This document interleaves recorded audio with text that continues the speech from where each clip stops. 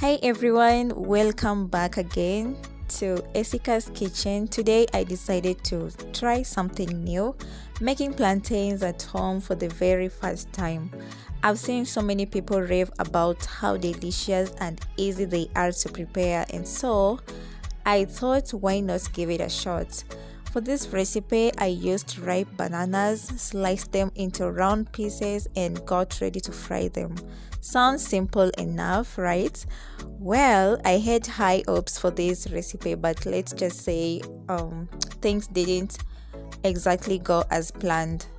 I don't know if it was the way I cut them, the oil I used, or maybe I just didn't get the right ripeness.